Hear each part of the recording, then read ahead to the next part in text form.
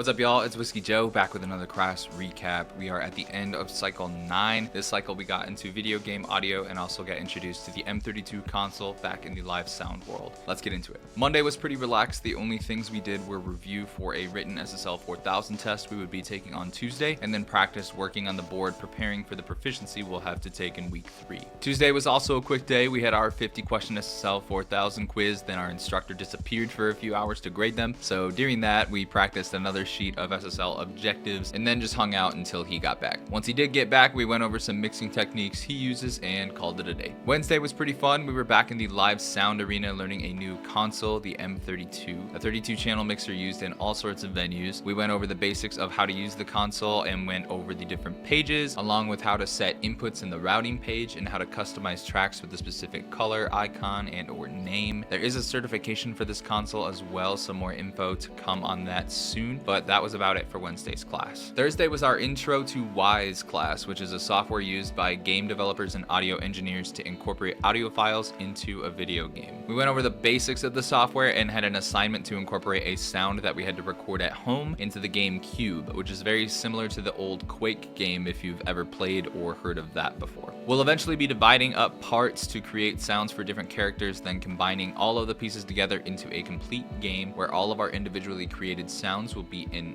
one game. Thursday night, I had my White Rabbit project at 10 p.m. I was in Studio D mixing the White Rabbit song in 5.1, and we also weren't allowed to have our phones or laptops in there. And the disc burner ended up being broken, so I didn't have to do any of those steps. I just had to put it on a flash drive instead. It was actually a pretty easy project. Friday, we were back in Studio D going over more information in Wwise, learning about different container types and how each type of container works. Containers are essentially used to hold and organize audio. No audio actually flows through the container. I won't get super in depth on the details, but some of the containers we talked about were sequence containers, random containers, and actor mixer containers. We also talked about static versus dynamic sounds and parent-child relationships when it comes to containers. Week 2 Monday was a pretty light day. All we did was practice for the SSL 4000 proficiency coming up next week. Overall, I'm feeling fairly confident I will do okay at this point, but just to be sure, I did some run-throughs outside of class as well. Tuesday, we had a mix clinic in Studio A. We tracked drums, keys, bass, and a vocalist with one pass of overdubs. After class, I had my scheduled run-through of the proficiency with some classmates, and by the end of it, I was feeling pretty good about the proficiency and the signal flow of the console as a whole, which was pretty relieving. Wednesday, I actually did not go to class because I was selected along with another higher cycle student, Isis, to go onto the John Lennon Educational Tour bus and later in the evening attend the Wu-Tang Clan concert at the Phoenix Arena. The Lennon bus has been going around the country for many years now, inviting students on to learn about music and have a chance to get creative with some high-end gear. Since we were the first audio engineers to hop on the bus in a long time, instead of recording, we had a mixing session in Dolby Atmos. We also got to check out the backstage area, and during the show, we stood in a blocked off area right in front of house. I'll admit, before this show, I had heard of the Wu-Tang Clan. I knew they were big, but I hadn't checked out much of their music until I knew I was going on this trip, but I can say I'm officially a fan. Their music is totally raw, and they put on a killer performance. I had a lot of fun. Thursday, we learned more about game audio stuff, adding more key terms to our list, talking about game syncs, switches, and triggers. Then Friday, we just expanded a bit more on Thursday's topics and also added in a conversation around budgeting system resources. From what I've learned so far about the budget for audio in a video game when it comes to system resources is pretty low. The highest bidder goes to graphics to make the game look and feel as real as possible. So audio engineers have to get creative when it comes to keeping used resources low while keeping the integrity of the audio so it doesn't sound like trash. We also went over the mixer layout and touched on how we can actually mix all of these sounds together. Week 3 Monday went by so fast, it was amazing. All we had was our Studio A proficiency on the SSL 4000, so I went in for mine at 320 and was out by 3:30. Tuesday, we had a mixing session where we took what we recorded to tape and transferred to Pro Tools last week in the band clinic and mixed that session on the SSL 4000.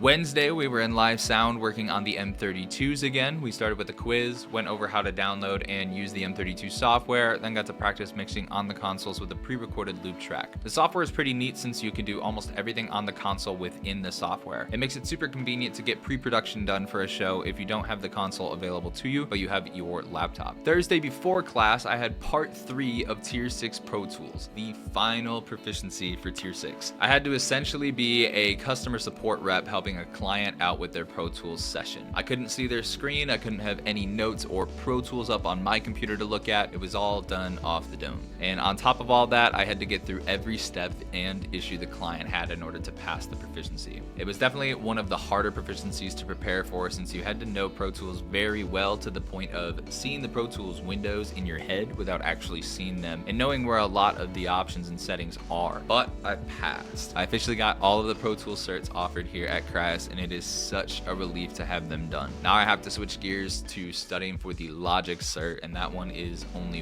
one attempt, so there will be lots of studying for that ahead. Thursday in class, we started with the hands-on proficiency of our game audio final. Over the last 3 weeks, we had 2 work units, as they're called. One where we put all of our in-class events and sounds, and the other one was our homework, where we had to do everything outside of class. For the proficiency, he deleted the in-class work unit, and we essentially had to recreate it with the parameters set in the sheet he handed out. I definitely could have done better on it, but I didn't spend a whole lot of time studying because I wasn't too sure what to expect for the hands-on, to be completely honest. Then afterwards, we went over how to put music in our video game, which we would then do on Friday. Friday, we had the written portion of our game audio final, which also could have gone better, but I didn't study as much for this test as I probably should have. After the test, we put our music into the game, and here's a little snippet of what my music sounded like.